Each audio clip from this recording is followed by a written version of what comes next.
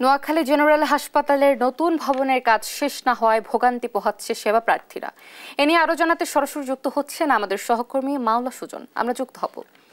মাওলা, কবে নাগাদ কাজ শেষ হওয়ার কথা বলছে হাসপাতাল কর্তৃপক্ষ, আমাদের জানাবেন। অতসী, আমি এখন দাঁড়িয়ে আছি 250 শয্যা বিশিষ্ট নোয়াখালী জেনারেল হাসপাতালে, যেটি নোয়াখালীর যারা প্রান্তিক জনগোষ্ঠী রয়েছে তাদের সেবা গ্রহণ করার বা সেবাস্থলের একটি প্রধানতম ভরসা। শুধু নোয়াখালী নয়, নোয়াখালী পার্শ্ববর্তী জেলা লক্ষ্মীপুর থেকেও লক্ষ্মীপুরের যে পশ্চিমাঞ্চল এবং পূর্বাঞ্চল রয়েছে সেটির একটি বিশাল অংশ এই হাসপাতালে সেবা নিতে আসেন। তো সেই হিসাবে যে বৃহত্তর একটি জনগোষ্ঠী প্রান্তিক জনগোষ্ঠী এই নোয়াখালী জেনারেল হাসপাতালে সেবা নিতে আসেন। তো আসলে এই হাসপাতালের যে সকাল থেকে যে চিত্র আমরা দেখতে পেয়েছি এবং আপনি দেখতে পাচ্ছেন যে প্রচন্ড রকমের যে বহির্বিভাগ রয়েছে হাসপাতালের, সেখানে প্রচন্ড ভিড় লক্ষ্য করা যাচ্ছে। সময়ের সাথে সাথে সেটি আরো পাল্লা দিয়ে আর বাড়বে বলে ধারণা করা হচ্ছে। তো এই বহির্বিভাগে যে স্থান সংকুলন না হওয়া একটি ঘিঞ্জি পরিবেশ বিরাজ করছে।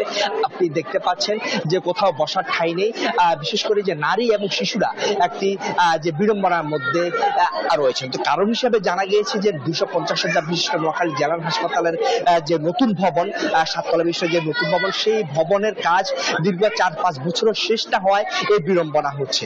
হাসপাতাল কর্তৃপক্ষ বলছে যে জায়গা সংকুলন না হওয়ায়, অর্থাৎ নতুন ভবনের কাজ বা নতুন ভবন শেষ না হওয়ায় এবং এটি হস্তান্তর না করায় এই সমস্যার সৃষ্টি হচ্ছে বলে জানা গেছে। অপরদিকে যে পর্যাপ্ত পরিমাণ ওয়ার্ডের সংকট কারণে রোগীরা বা যারা সেবা প্রত্যাশী রয়েছে তারা যে শয্যা না পেয়ে মেঝেতে অবস্থান করছে। তো আমি এখন এই বিষয়ে একটু কথা বলার চেষ্টা করবো একজন সেবা প্রত্যাশীর সাথে।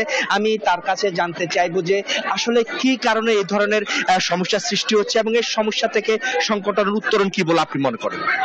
আসলে এখানে নতুন ভবনের কার্যক্রমটা বেশ কয়েক বছর থেকে চালু হয়েছে, কিন্তু নির্ধারিত সময়ের মধ্যে আজও সেটি শেষ হয়নি। যার কারণে এখানে একটি জায়গায় আউটডোরে অর্থাৎ বহির্বিভাগে এখানে রোগীরা আসছেন প্রতিনিয়তই। এখানে প্রায় প্রতিনিয়ত 2 থেকে 2.5 হাজার নারী, শিশু, পুরুষ এখানে টিকিট করার জন্য চিকিৎসা নেওয়ার জন্য আসেন। কিন্তু আমরাও কি বুঝতে পারছি না যে কেন এই সমস্যা হতে যাচ্ছে, কেন দ্রুত এই কাজটি সম্পূর্ণ হচ্ছে না। নতুন ভবনে যদি কাজটি সম্পূর্ণ হয় তাহলে এই ধরনের সমস্যা আর এখানে আর থাকবে না। প্রতিদিন এখানে প্রচন্ড গরম, আপনারা জানেন যে এখন তাপদাহ অত্যন্ত বেশি সারা বাংলাদেশে। নোয়াখালীর এই অঞ্চলে অনেক তাপদাহ, বৃষ্টি হচ্ছে না, যদিও ইতিমধ্যে বাংলাদেশের বিভিন্ন স্থানের জেলাতে বৃষ্টি হয়েছে, কিন্তু নোয়াখালীতে একটু বৃষ্টিও হয়নি। তো এখানে প্রচন্ড তাপের মধ্যে এই শিশুদেরকে নিয়ে মায়েরা অনেক কষ্ট করছে, বাবারা অনেক কষ্ট করছে। আমরা আশা করব স্বাস্থ্য মন্ত্রণালয় অর্থাৎ সংশ্লিষ্ট কর্তৃপক্ষ, গণপূর্ত মন্ত্রণালয় দ্রুত বেগে এটি নতুন ভবনের কার্যক্রম চালু করার জন্য ব্যবস্থা গ্রহণ করবে।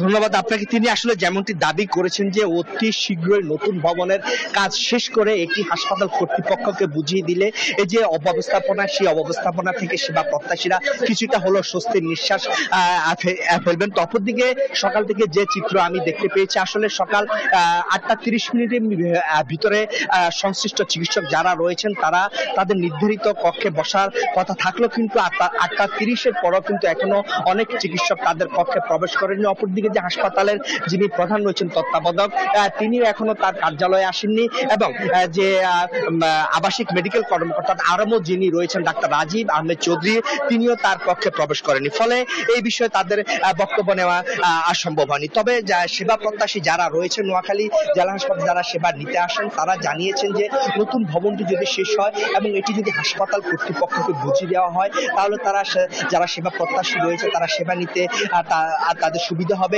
এবং যে অব্যবস্থাপনা রয়েছে এটিও দূর হবে।